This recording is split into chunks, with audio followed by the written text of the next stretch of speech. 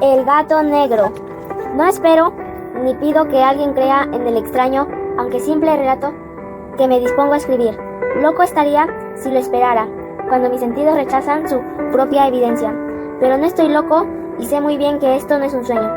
Mañana voy a morir y quisiera aliviar hoy mi alma. Mi propósito inmediato consiste en poner un manifiesto simple, sucintamente y sin comentarios, una serie de episodios domésticos. Las consecuencias de estos episodios me han aterrorizado, me han torturado y por fin me han destruido. Pero no intentaré explicarlos. Si para mí han sido horribles, para otros resultarán menos espantosos que baroques. Más adelante tal vez aparecerá cuya inteligencia reduzca mis fantasmas a lugares comunes, de ver en las circunstancias que temerosamente describiré una vulgar sucesión de causas y efectos naturales. Desde la infancia me destaqué por la docilidad y bondad de mi carácter. La ternura que abrigaba mi corazón era tan grande que llegaba a convertirme en objeto de burla para mis compañeros. Me gustaban especialmente los animales y mis padres me permitían tener una gran variedad. Pasaba a su lado la mayor parte del tiempo y jamás me sentía tan feliz que cuando les daba de comer y los acariciaba. Este rasgo de mi carácter creció conmigo y cuando llegué a la virilidad se convirtió en una de mis principales fuentes de placer. Aquellos que alguna vez me han experimentado cariño hacia un perro fiel y sagaz no necesita que me moleste en explicarles la naturaleza o la intensidad de la retribución que recibía. Hay algo en el generoso y abnegado amor de un animal que llega directamente al corazón de aquel que con frecuencia ha probado la falsa amistad y la frágil fidelidad del hombre. Me casé joven y tuve la alegría de mi esposa compartiera mis preferencias. Al observar mi gusto por los animales domésticos, no perdía oportunidad de procurarme los más agradables de entre ellos. Teníamos pájaros, peces de colores, un hermoso perro, conejos y un monito y un gato. Este último era un animal de notable tamaño y su hermosura completamente negro y una sagacia asombrosa. Al referirse a su inteligencia, mi mujer, que en el fondo era no poco supersticiosa, aludía con frecuencia a la antigua creencia popular de que todos los gatos negros son brujas metamorfoseadas. No quiero decir que lo creyera seriamente, sino solo funcionó la cosa porque acabo de recordarla. Plutón, tal era el nombre del gato, se había convertido en mi favorito y mi camarada. Solo yo le daba de comer y él me seguía por todas partes en la casa. Me costaba mucho impedir que anduviera atrás de mí en la calle. Nuestra amistad duró así varios años, en el curso de los cuales enrojezco al confesarlo. Mi temperamento y mi carácter se alteraron radicalmente por la culpa del demonio intemperancia. Día a día me fui volviendo más melancólico, irritable e indiferente hacia los sentimientos ajenos. Llegué incluso a hablar descomedidamente a mi mujer y terminé infligirle violencias personales. Mis favoritos, claro está, sintiendo igualmente el cambio de mi carácter, no solo los descuidaba, sino que llegué a hacerles daño. Hacia Plutón, sin embargo, conservé suficiente consideración como para abstenerme del maltrato, cosa que hacía con los conejos, el mono y hasta el perro, cuando por casualidad o movidos por el afecto se cruzaban en mi camino. Mi enfermedad, empero, se agravaba, pues ¿qué enfermedad es comparable al alcohol? Y finalmente el mismo Plutón, que ya estaba viejo y tanto algo enojizado, empecé a sufrir las consecuencias de mi mal humor. Una noche en que volví a casa completamente embriagado, después de una de mis correrías por la ciudad, me pareció que el gato evitaba mi presencia. Lo alcé en brazos, pero asustado por mi violencia, me mordió ligeramente la mano. Al punto brazos, pero se apoderó de mí una furia demoníaca y ya no supe qué hacía, como si la raíz de mi alma se separara de golpe de mi cuerpo. Una maldad más diabólica, alimentada por la ginebra, estremeció cada fibra de mi ser. Sacando del bolsillo del chaleco un cortaplumas, lo abrí mientras sujetaba al pobre animal por el pescuezo y deliberadamente le hice saltar un ojo enrojecido. Me abrazó. Tiemblo mientras escribo tan condenable atrocidad. Cuando retornó por la mañana, cuando hube disciplinado en el sueño de los vapores de la orgía nocturna, sentí el horror, se mezclaba en el remordimiento antes del crimen cometido, pero mi sentimiento era débil y ambiguo, no alzaba a interesar al alma. Una vez me hundí en los excesos y muy pronto ahogué en vino los recuerdos de lo sucedido. El gato, entre tanto, mejoraba poco a poco. Cierto que la órbita, donde faltaba el ojo, presentaba un horrible aspecto, pero el animal no parecía sufrir ya. Se paseaba, como de costumbre, por la casa, aunque, como es de imaginar, huía aterrorizado al verme. Me quedaba aún bastante de mi antigua manera de ser para sentirme agraviado por la evidente antipatía de un animal que alguna vez me he querido tanto. Pero ese sentimiento no tardó en ceder paso a la irritación, y entonces, para mi caída final e irrevocable, se presentó el espíritu de la perversidad. La filosofía no tiene de cuenta a este espíritu, y sin embargo, tan seguro estoy de mi alma existente como de que la perversidad es uno de los impulsos primordiales del corazón humano, una de las facultades primarias indivisibles, uno de los sentimientos que se dirigen el carácter del hombre, quien no se ha sorprendido a sí mismo 100 veces en momentos en el que cometía una acción tonta o malvada por la simple razón de que no debía cometerla. No hay en nosotros una tendencia permanente que enfrenta descaradamente el buen sentido, una tendencia a transgredir lo que constituye la ley por el hecho de serlo. Este espíritu de perversidad se presentó, como he dicho, en mi caída final, y en insondable anhelo que tenía mi alma de dejarme a sí misma, de violentar su propia naturaleza, de hacer mal por el mal mismo, me incitó a continuar y finalmente a consumar el suplicio que había infligido a la inocente bestia. Una mañana, obrando a sangre fría, le pasé un lazo por el pescuello y lo ahorqué en la rama de un árbol. Lo ahorqué mientras las lágrimas manaban de mis ojos y el más amargo remordimiento que me apretaba el corazón. Lo ahorqué porque recordaba que me había querido y porque, seguro de que no lo había dado motivo para matarlo. Lo ahorqué porque sabía que al hacerlo cometía un pecado mortal que lo comprometía mi alma hasta llevarla, si ello fue posible, más allá del alcance de la finita misericordia del Dios más misericordioso y más terrible. La noche de aquel mismo día en el que cometí tal cruel acción, me despertaron gritos de ¡incendio! Las cortinas de mi cama eran una llama viva y toda la casa estaba ardiendo. Con gran dificultad pudimos escapar de la inflagración, mi mujer, un sirviente y yo. Todo quedó destruido. Mis bienes terrenales se perdieron y desde ese momento tuve que resignarme a la desesperanza. No incurriré en la deliberia de establecer una relación de causa y efecto entre el desastre criminal acción, pero estoy detallando una cadena de hechos y no quiero dejar ningún eslabón incompleto. Al día siguiente del incendio acudí a visitar las ruinas. Salvo una, las paredes habían desplomado. La que quedaba en pie era un tabique divisor, un poco espejor, situado en el centro de la casa y contra el cual se apoyaba ante la cabecera de mi lecho. El enlucido había quedado a salvo de la acción del fuego, cosa que atribuí a su recién aplicación. Una densa muchedumbre habíase reunido frente a la pared y varias personas parecían examinar parte de misma con gran atención y detalle. Las palabras extraño, curioso y otra similar excitaron mi curiosidad.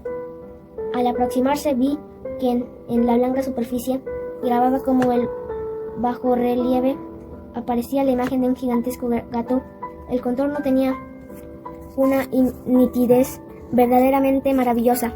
Había una soga alrededor del pescuezo del animal. Al descubrir esta aparición, ya que no podía considerarla otra cosa, me sentí denominado por el asombro y el terror, pero la reflexión vino luego en mi ayuda. Recordé que había ahorcado al gato de un jardín antiguo a la casa. Al producirse la alarma del incendio, la multitud había invadido inmediatamente el jardín. Alguien debió cortar la soga y tirar el gato en mi habitación por la ventana abierta. Sin duda había tratado de despertarme en esa forma. Probablemente la caída de las paredes comprimió la víctima de mi crueldad contra el enlucido recién aplicado, cuya cal, junto con la acción de las llamas y el amoníaco del cadáver produjo la imagen que acaba de ver. Si bien en esta forma se quedó satisfecha mi razón, ya que no podía en mi conciencia sobre el extraño episodio, lo ocurrido impresionó profundamente mi imaginación. Durante muchos meses no pudo librarme del fantasma del gato, y en todo ese tiempo dominó mi espíritu un sentimiento informe que se parecía, sin serlo, al remordimiento. Llegué a un punto de lamentar la pérdida del animal y buscar en los viles antros que habitualmente frecuentaba algún otro de la misma especie y aparecía que pudiera ocupar su lugar. Una noche en que, borracho a medias, me hallaba en una taberna más que infame, reclamó mi atención algo negro posado sobre uno de los enormes toneles de ginebra que constituía el principal moblaje del lugar. Durante unos minutos había estado mirando dicho tonel y me sorprendió no haber advertido antes la presencia de esa mancha negra en lo alto. Me aproximé y toqué con la mano. Era un gato negro, muy grande como Plutón, y absolutamente igual a este, salvo un detalle. Plutón no tenía el menor pelo blanco en el cuerpo, mientras este gato mostraba una vasta, aunque indefinida, mancha blanca que lo cubría casi todo el pecho. Al sentirse acariciado, se enderezó prontamente, ronroneando con fuerza, se frotó contra mi mano y pareció encantado de mis atenciones. Acababa, pues, de encontrar el animal que precisamente andaba buscando. De inmediato propuse su compra al tabernero, pero me contestó que el animal no era suyo y jamás lo había visto antes ni sabía nada de él. Continué acariciando al gato, y cuando me disponía a volver a casa, el animal apareció dispuesto a acompañarme. Le permití que lo hiciera, deteniéndome una y otra para inclinarme y acariciarlo. Cuando estuvo en casa, se acostumbró a ella de inmediato y se convirtió en el favorito de mi mujer. Por mi parte, pronto sentí nacer en mí una antipatía hacia aquel animal. Era exactamente lo contrario lo que había anticipado, pero sin que pudiera decir cómo ni por qué. Su marcado cariño porque me disgustaba y me fatigaba.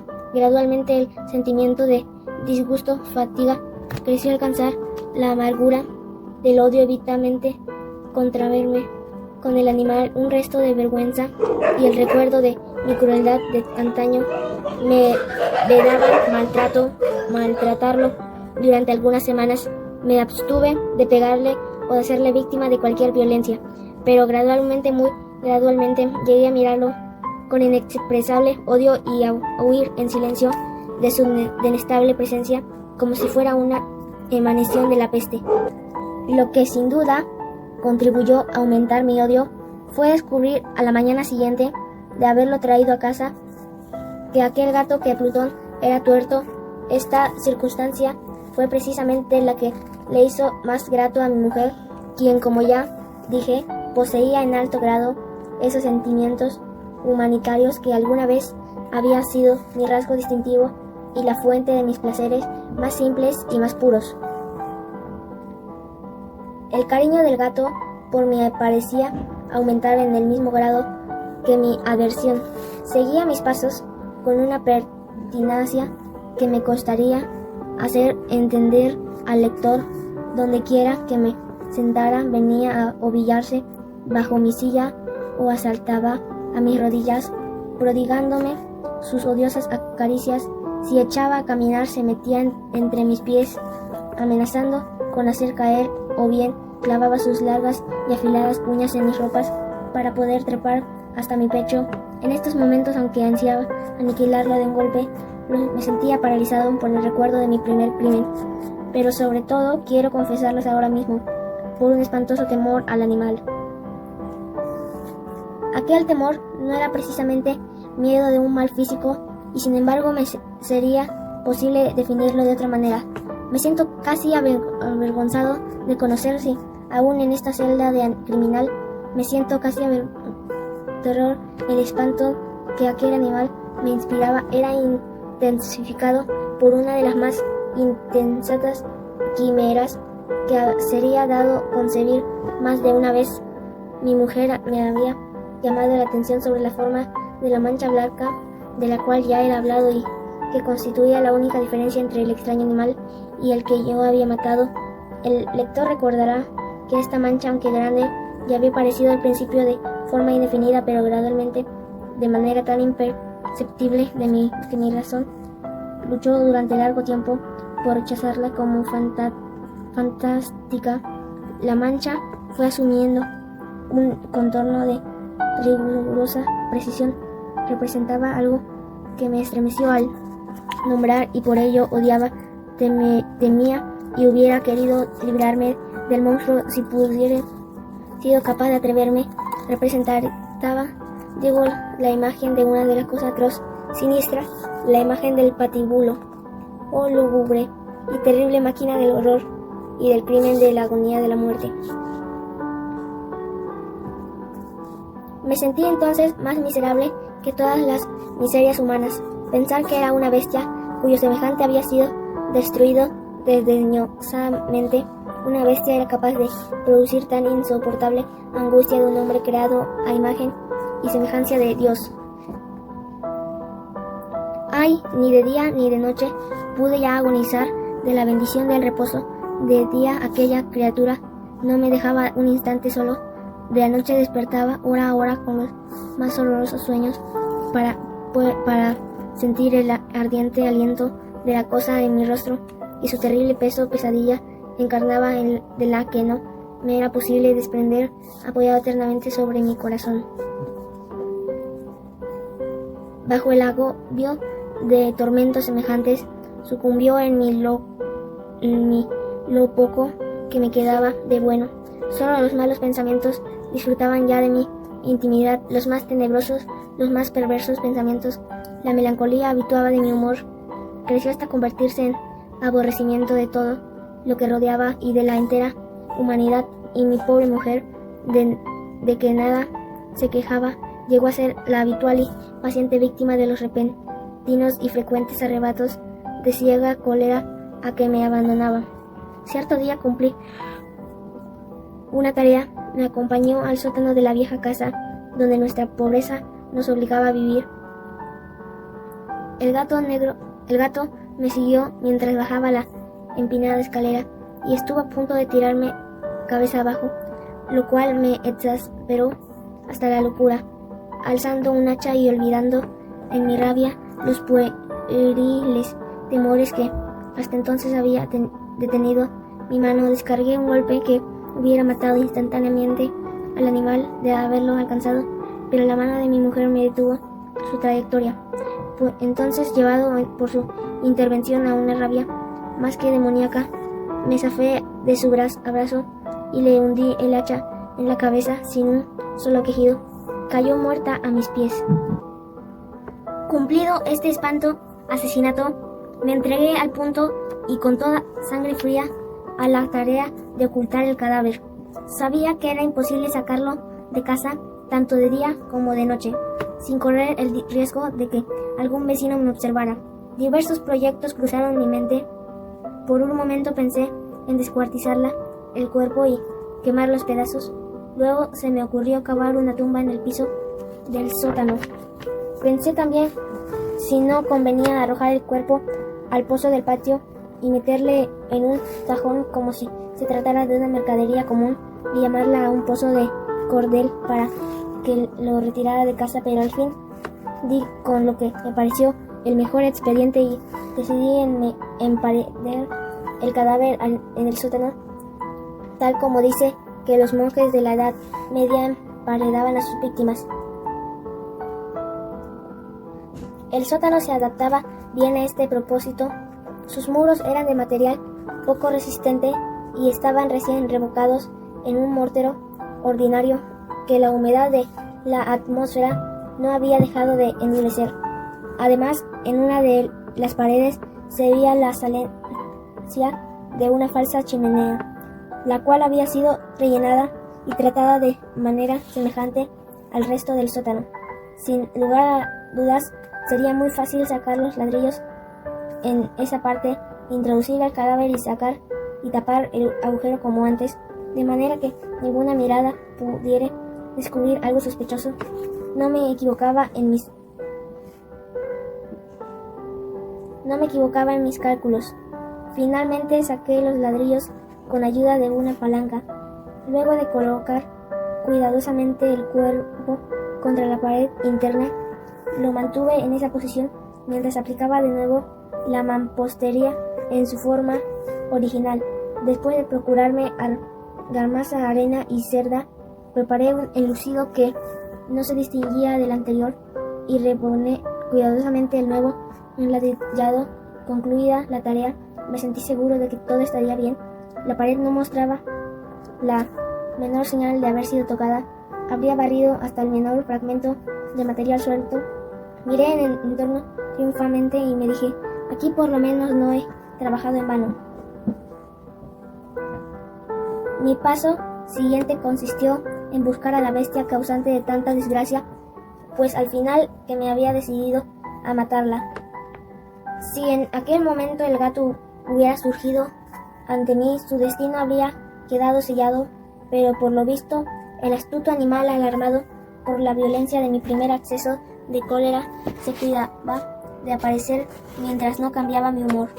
Imposible describir o imaginar al profundo el maravilloso alivio que la ausencia de la detestada criatura trajo a mi pecho. No se presentó aquella noche y por primera vez desde su llegada a la casa pude dormir profundamente y tranquilamente. Si pude dormir, aunque con el peso del crimen sobre mi alma.